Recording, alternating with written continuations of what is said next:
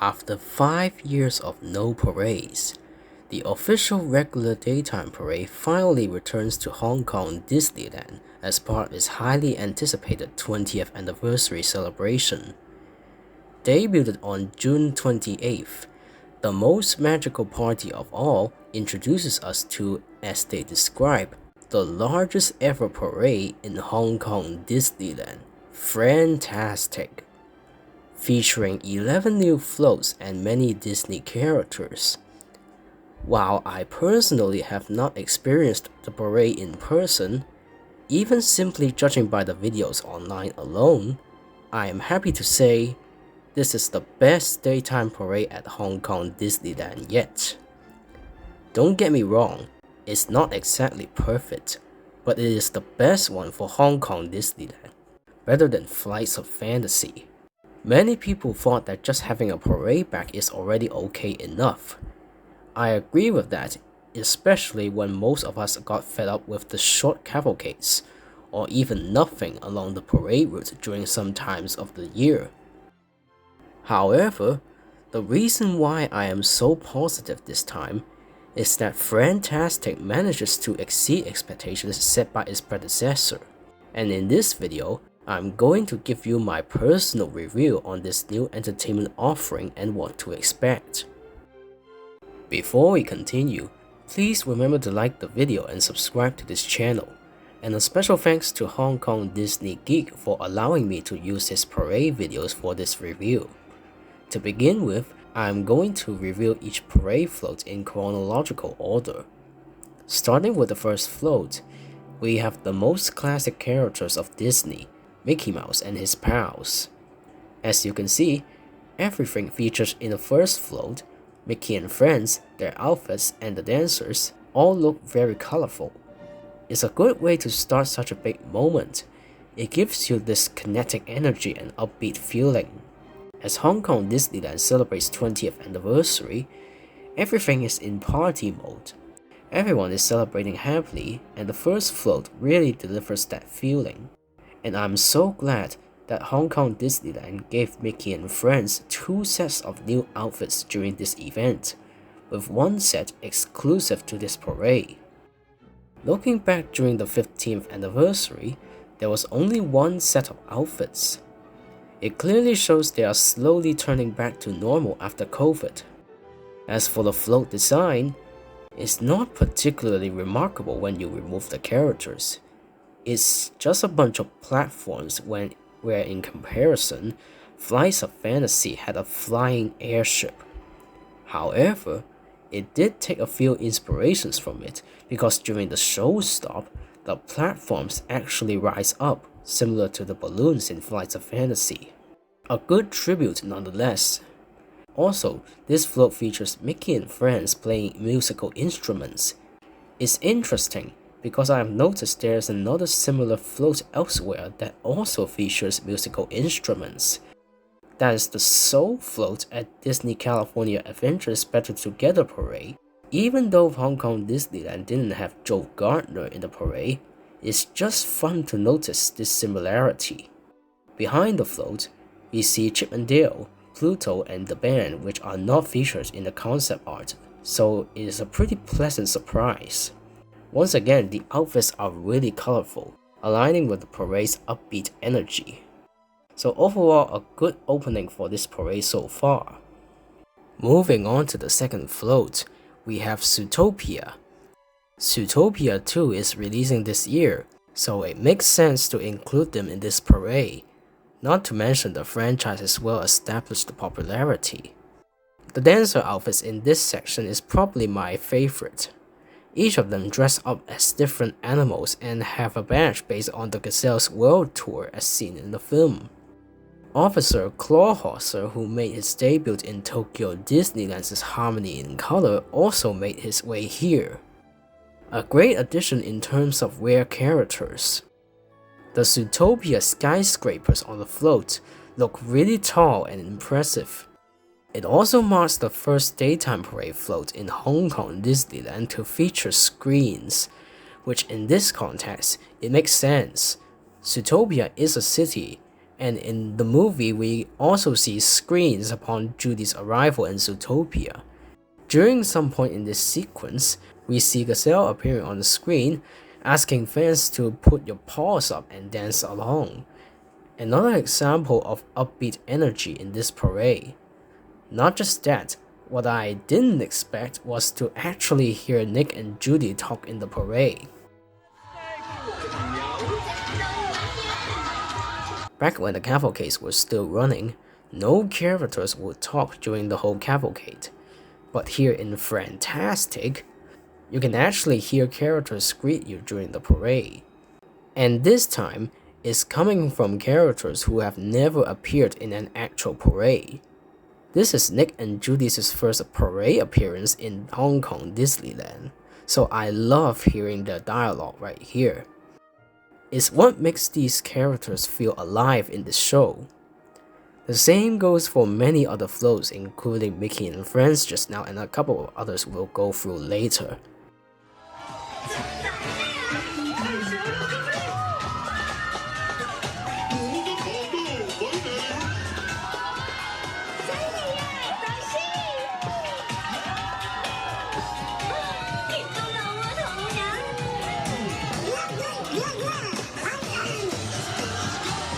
Nick and Judy aren't the only characters appearing in the parade, as there are also other characters like Chief Bogo and Flash the Sloth attached to the float.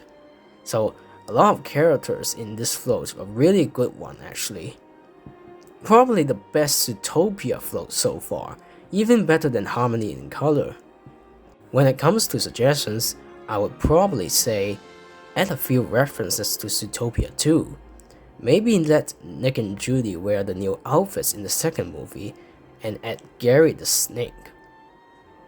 By the way, as you probably noticed, Friendtastic is giving us the vibes of Tokyo Disneyland's Harmony in Color in so many ways.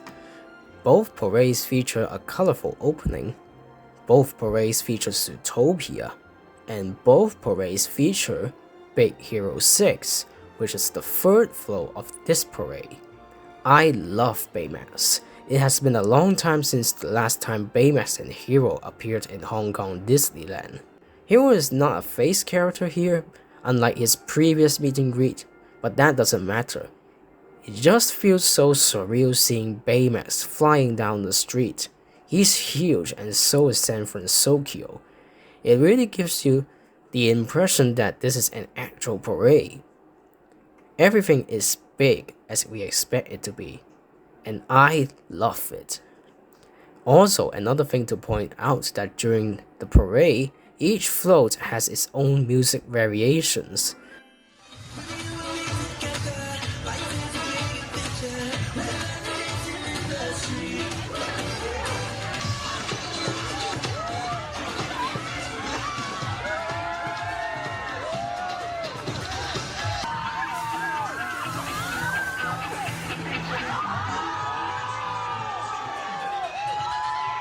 This was a thing in Flights of Fantasy and all other parades, but Hong Kong Disneyland hasn't had any parades for 5 years, so getting to hear this again is just wonderful.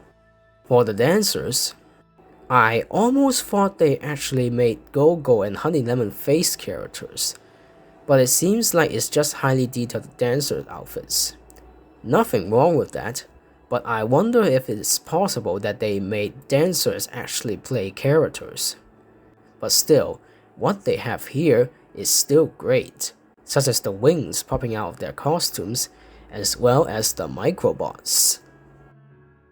Friendtastic features a total of 11 floats, but it is worth noting that not every float is that huge. Noticeably, all 5 Pixar floats coming up next are small-sized units. This includes Toy Story, Monsters Inc., Turning Red, Inside Out, and Up.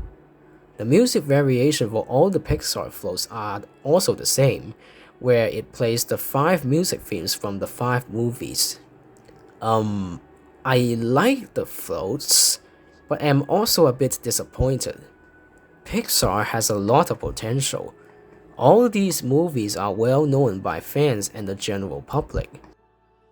Okay, Turning Red came out in 2022, so I bet not a lot of people know her yet. But I love the addition. We finally get some actual new characters in Hong Kong Disneyland. I know I'm supposed to do this in chronological order, but we have to talk about Turning Red, because this is Mei Lin Lee's very first appearance in Hong Kong Disneyland. Mei Mei is just so cute, and she definitely deserves more attention. I saw the first Turning Red float in Disney California Adventures Better Together Parade. That float nails it when it comes to characters. Not just Mei Mei, but all her besties and the Four Town members are featured. Hong Kong Disneyland's Friendtastic Parade featured the smaller scale of Turning Red float. It's still great to have Mei Mei here, but I still wish that they could have featured a bigger float. I mean, they had the budget to give Mei Mei dialogue like all the other characters, so why stop there? The same goes for the other Pixar movies. Toy Story was by far the only Pixar movie to be featured in every single regular parade in Hong Kong Disneyland. First Disney on Parade when the park opened, then Flights of Fantasy, and then Paint the Night Parade. They even had Tokyo Disneyland's Happiness is Here Toy Story float taking part in Pixar Water Parade Street Party. But in Friendtastic, Woody and Buzz only ride RC alongside the Little Green Men. A noticeable downgrade when it comes to the size of the float, but at least RC is cool. I mean, he is an attraction in this park, you know, RC Racer. Coincidentally, Harmony in Color in Tokyo also features RC, so I guess Hong Kong Disneyland took inspirations from that parade, and I guess I can let that slip through because RC is still pretty iconic. Then we have Monsters Inc. featuring Sully, who also has dialogue in this parade. Love that, but once again, too small. The last time we see Monsters Inc. was in Paint the Night Parade, and like Toy Story, this float is relatively smaller. Mike and Boo are even attached to the float, so only Sully actually moves. If only all three of them could actually walk and dance.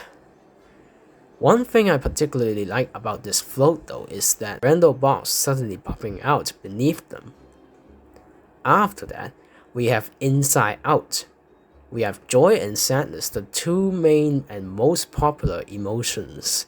The memory orbs below help make the float colorful much like the other floats.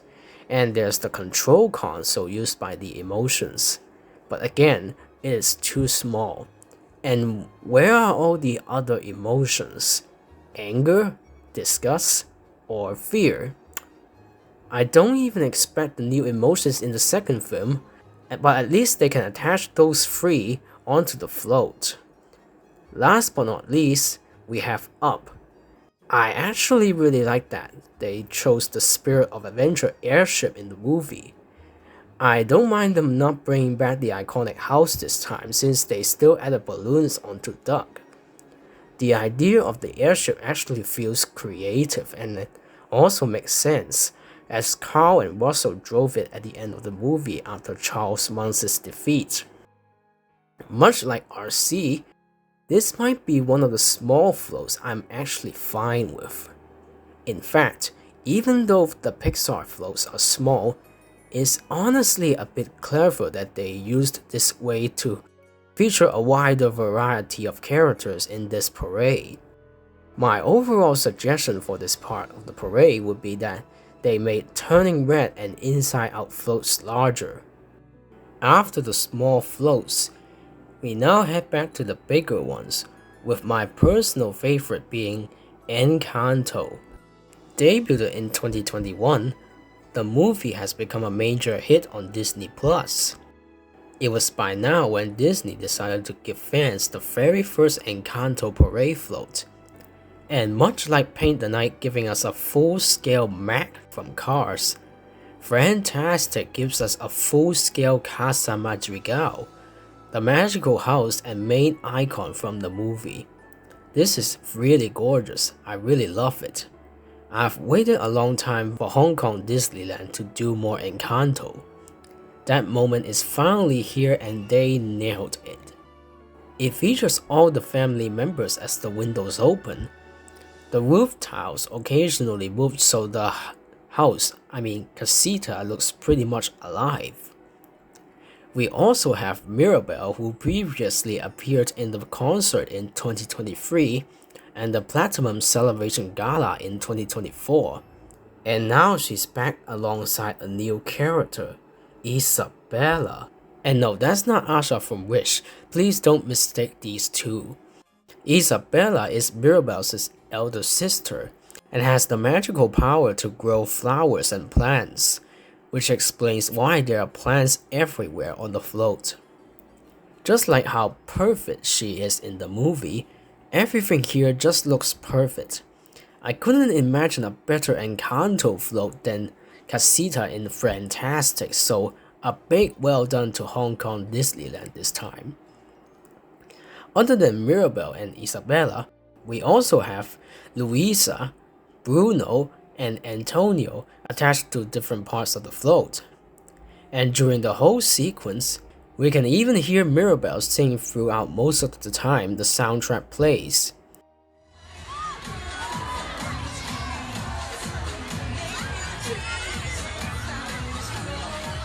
All of these makes this, in my opinion, my personal favorite float and best float of the entire parade. Of course, while I have complimented greatly on most of the floats in Friendtastic, there is, however, one float that I actually hate. After my favorite float, the next float ends up to be my least favorite. And that is Duffy and Friends. I'm pretty sure most of you already guessed it, as I've mentioned this before. I hate Duffy and Friends, mostly because of what happened during the Duffy and Friends Playdays event during springtime this year. They have reached the point where they honestly don't feel Disney anymore, but just a lazy cash grab that takes over the classic stuff at Hong Kong Disneyland. Most notably, the Mickey Floral at the park entrance. Okay, the Mickey Floral has already returned after springtime, but I'm still tired with them appearing everywhere in the 20th anniversary event. I mean, they don't even have any movies or series, at least for now. As a result, they have to create a new original song just for this float. And no, I'm not saying I don't like original songs. Having one or two original songs is decent. But too many new songs may make the parade less engaging because people don't know those songs. This parade's main theme song is Friends Forever, with the showstop song being I Got You, which was played during the previews. The Duffy float features the third original song called What Friends Do, where I have not heard any bit of this song before, to be honest.